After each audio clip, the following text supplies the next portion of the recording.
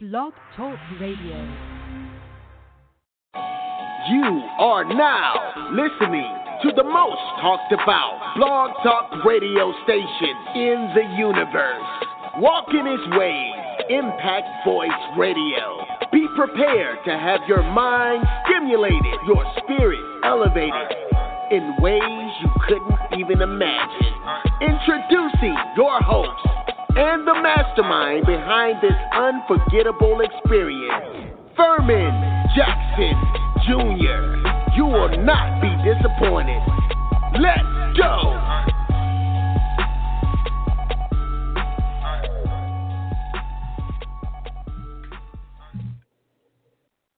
Hey, good morning, everybody. Welcome to another edition of Walking His Ways Impact Voice. I'm your host, Furman Jackson Jr., broadcasting to you once again, live from my hometown of the city of Mobile, Alabama. I hope everybody's having a great morning, of course. And I thank my guest that's going to be on here this morning. I'm excited about this guest. My guest is running for Congress next year, and he's going to talk about that, among other things also. So I wanted to introduce my guest for this morning, Mr. James Averhart. Welcome to Walking His Ways Impact Voice. Hey, good morning, Furman. How are you? I'm doing good this morning. Thank you, sir, for taking time out to beat the schedule to be a part of this morning broadcast. I know you're busy with campaigning, taking the next level in your life. For everybody that's getting to know you for the first time, the listeners this morning, explain to everybody, who is James Averhart? Well, Mr. Jackson, first of all, thank you for allowing me to come on your show this morning. I appreciate the opportunity. To the listeners and all, my name is James Averhart Jr. I'm just an old country boy from Alabama. Proud to have been born here in Mobile. I spent my formative years just growing up in Mobile and both Mobile, Monroe County as well. I attended high school at Williamson for a brief period of time, and also at the Monroe County J.F. Shields High School. I enlisted, after graduation, I enlisted in the United States Marine Corps in January of 1987 as a basic infantryman, and would later change my job to military police and correction officer. I served on active duty from 1987 to 2017. I've been in combat. I'm a combat-tested veteran, having served in both Desert Shield and Desert Storm, and also in support of the Global War on Terrorism, Iraqi Freedom, in Operation Enduring Freedom in Afghanistan, Iraqi Freedom in Iraq, retired from the Pentagon as the head of Marine Corps Corrections branch. And again, I have completed more than 30 years in the Marine Corps. I have a bachelor's in criminal justice, a master's in security management, and a doctorate in theology and biblical studies. And I'm currently working on another doctorate, which is going to probably be pushed back for some time due to the campaign. But I'm working on a doctorate in organizational leadership and management. Awesome stuff. And you're a man of action, an Iron Man, I want to say, and all the things that you've done in your life. And that's also a good thing, and also to inspire others who had the same goal and desire to master everything in life. My next question is, explain to the listeners what is the duty of a U.S. Congress for those who don't know what Congress is. Well, one of the most important aspects of Congress is developing laws. New laws are created every week. The duties of the representative, the individual that will be representing our district, is to be actively involved in sponsoring and drafting legislation about issues that are important to all the constituents of the district. These laws also affect the issues that pertain to national interests. And I'm ready. I'm ready for this job. Awesome. And what inspired you to run for U.S. Congress? First of all, serving in the Marine Corps for 30 years, I realized long ago that I was a servant, and I know how to be obedient as well. And I prayed about it, and I've had some great mentors. And what I feel now, after retiring, I have an inherited obligation to my community, to my family, to my state to pay it forward. I just couldn't retire and sit on my butt and not do anything. I've trained for this moment, and I realize and I feel more so that I'm the best qualified candidate. Again, serving that time in the military and having the opportunity to work on all levels from the battlefield to the Pentagon, assigned to a myriad of executive and diverse positions, having had the distinct honor of walking the halls of Congress with my fellow veterans, believing in one vision and having to brief and communicate with members of the 112th Congress on a daily basis, pushing a bipartisan vote and passage of both in the U.S. Senate with Senate Bill 1527 and the U.S. House of Representatives H.R. 2447 for the awarding of the Congressional Gold Medal to the famed World War II veterans, Montford Point Marines, which was finally approved by President Obama. This position is befitting for me to best help the citizens of the 1st District and cause an impact for change. So I'm prepared to answer the clarion call. Awesome. And my next question is, explain to the listeners what are the 1st Congressional District in Alabama that you be representing for those who not familiar with it. Okay. Great question, Brandon. I appreciate that. The Alabama 1st Congressional District consists of 5 and a half counties. I call it 5.5. That Baldwin County, Escambia County, Monroe County, Mobile, Washington counties, and a portion of Clark County. There's approximately 700,000+ citizens in the 1st District, and I aspire to be that advocate and voice in Washington. What people must remember, Furman, as I mentioned, 700+ thousand individuals, there's one vote in that chamber. Okay, Alabama has 7 districts in the state, and the 5 counties I just mentioned consist of the 1st District. There's issues that's pertaining, whether it's local or nationally, that one individual, that representative, represent that 700,000 individuals.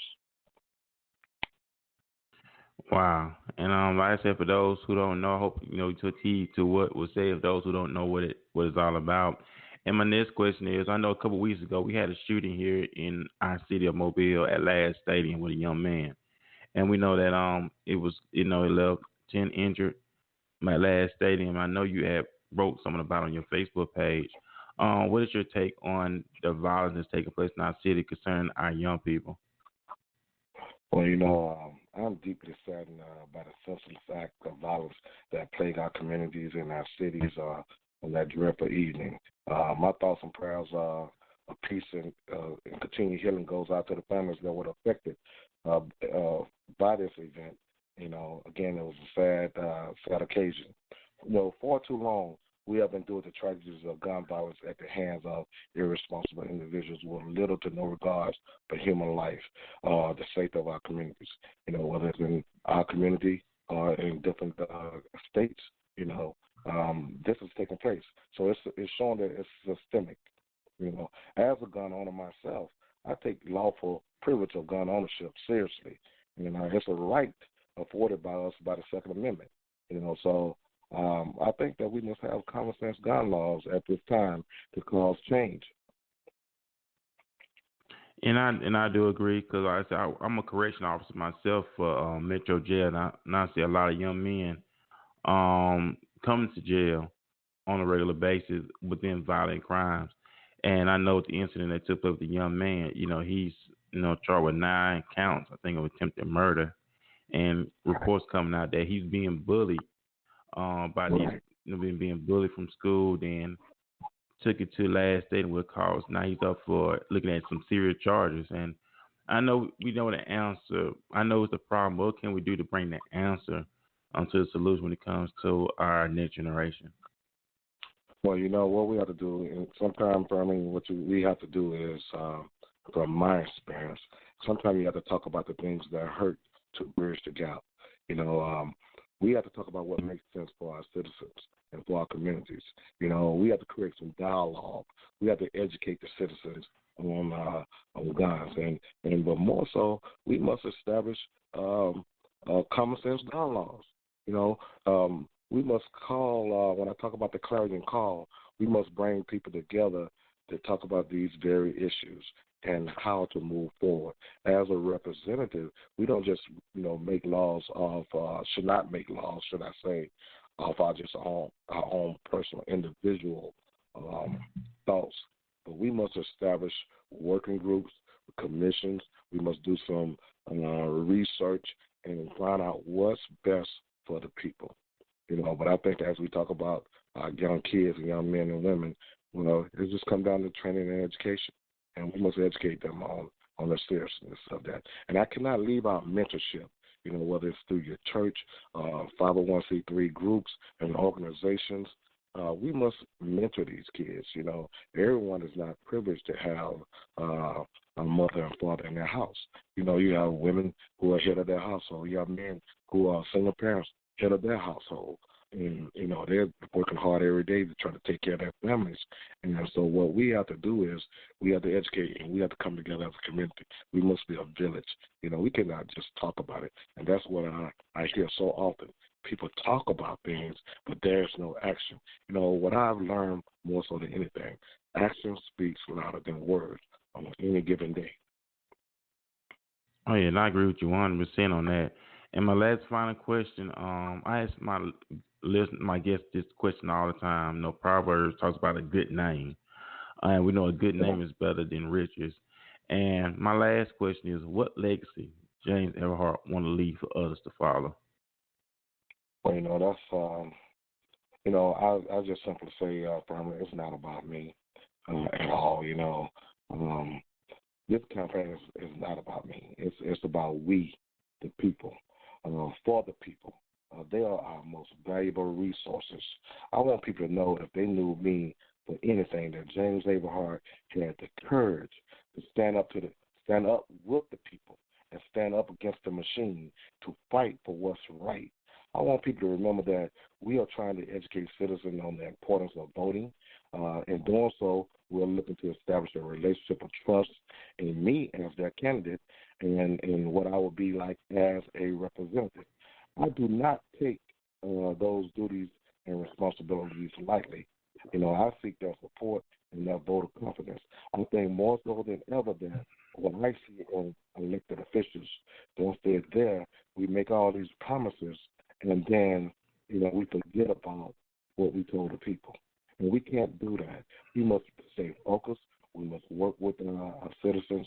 And that's what I want people, if they had to remember me for anything, that's what I aspire to do in establishing this relationship. As I look to conserve a divine tradition that teaches us to do justice, love mercy, and walk humbly with our God. We must answer that clarion call. And throughout this campaign, people will hear me say that. We must answer the clarion call to save our communities and our districts. So, Vernon, it's not about me.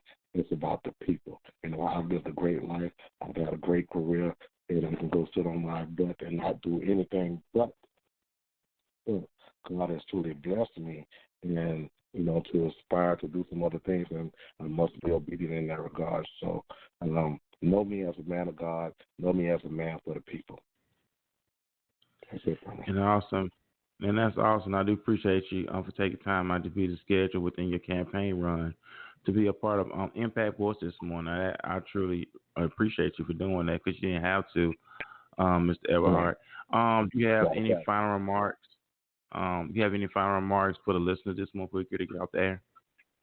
Thanks, Vernon. As I travel our state and our country and our communities, we see things and watch TV and read the news, and many of you can understand that, and I think you can all can agree that we're living in terrible times, both nationally and internationally. Many atrocities are happening in our schools, our communities, and around the world that I need not mention in this form. As I think about this is not a time for recrimination or time to look back in anger or forward in fear. It's a time that right now we can demonstrate to the world that Alabamians embrace diversity in our communities, our city, our county, and our state. I am truly concerned how our society and values are cynically being used by some people to serve hate, fear, racism, and greed. Our Constitution calls us to hold government and elected officials accountable. And that means you and I. What I would like people to refer to is the Constitution, which simply states we are the people of the United States. And in order to form a more perfect union, establish justice, ensure domestic tranquility, provide for the common defense, promote the general welfare, and secure the blessing of liberty to ourselves and our posterity. That is the preamble of the United States Constitution, and that is our aim, to be truthful. We have never lived this perfect vision, but this ought to be a goal at the heart of our democracy, Thurman. So that's what I say. I would like to leave your listeners with that we must get out the vote. You must know that a no vote, a non-vote, is a vote for someone else. So it's important, Thurman, that I would ask that you to use your medium to reach out to folks. And from here on out, whether I'm elected or not in the primary, but going into the general election, we must vote. We must remember our ancestors who have lost their lives, the blood, the sweat, and tears that our ancestors had to go through in order so we can vote right now today. So we must preach that, and we must talk about that. We must educate our citizens, and we must, just inspire others to go vote and talk it out. And I totally agree with that, James, as well, and what you're doing and what your mission is. And may God continue blessing you and your household and this new journey in your life. And in this leadership matters to you. That's important. And I thank everybody for taking time out to listen to Mr. Averhart this morning. Get out and vote, educate. James, how can the listener viewers get in contact with you? And what is your next campaign move? Well, we're out today, Furman. We have about 6 events that we will be attending today. My office is located at 852 Spring Hill Avenue. Our website is jamesaverhart.com. Have all the information, contact us information there, or you can reach out to the campaign to support, to donate, definitely, and if you need yard signs and so forth, and just want some literature. If your listeners want me to come out to whether it's their church, their home, to speak to a group of people, I'm more than willing to do so. As I stated, we have 5 counties included in this district, so every day I'm on the grind out there meeting someone, talking to someone about the 2020 vote. And so, I just asked, and the contact phone number is there on the website as well, Furman. And we have some, also our current events will be shown on the website as well. Okay, awesome. And I encourage those that's listening this morning and those who may go back to the replay and listen, educate yourself, open your mind, expand your mind, and go forward, move forward into what God is doing right now in this season. Well, Mr. Averhart, thank you once again, sir. Take time with your business. I know you got to get back to work, get back on the grind, and keep the good work. Yeah, I appreciate it, sir. Thank you very much. You have a great day. Same to you. And I thank everybody for tuning in, listening to the broadcast. Just want to hope what was said today really did something to you, motivated you, inspired you. That's what Impact was all about. It's all about impacting our generation. It's all about having people who are doing extraordinary things in our city to inspire others to be extraordinary. And once we do that, we can send a chain reaction throughout our generation. So I want y'all to tune in next Saturday morning. My next guest is going to be Tara Ann Pope. She's a survivor of domestic violence. We know domestic violence is running rapidly in our city, not just in our city, but all around the world. But it's more and more common here in the city of Mobile. A lot of young women are losing their lives to domestic violence. Men suffer from domestic violence as well. But she's going to be on the show next Saturday morning. She's going to be talking about her experience with domestic violence. She co-authored a book titled I Am Black Woman. So check it out next Saturday morning, same time here on Impact Voice. I want everybody to have a great weekend, have a great day, love somebody, inspire somebody, be extraordinary, be iconic, and I'll see y'all next Saturday morning. Peace. You are now listening to the most talked about blog talk radio station in the universe. Walking his way, Impact Voice Radio. Be prepared to have your mind stimulated, your spirit elevated in ways you couldn't even imagine. Introducing your host and the mastermind behind this unforgettable experience, Furman Jackson Jr.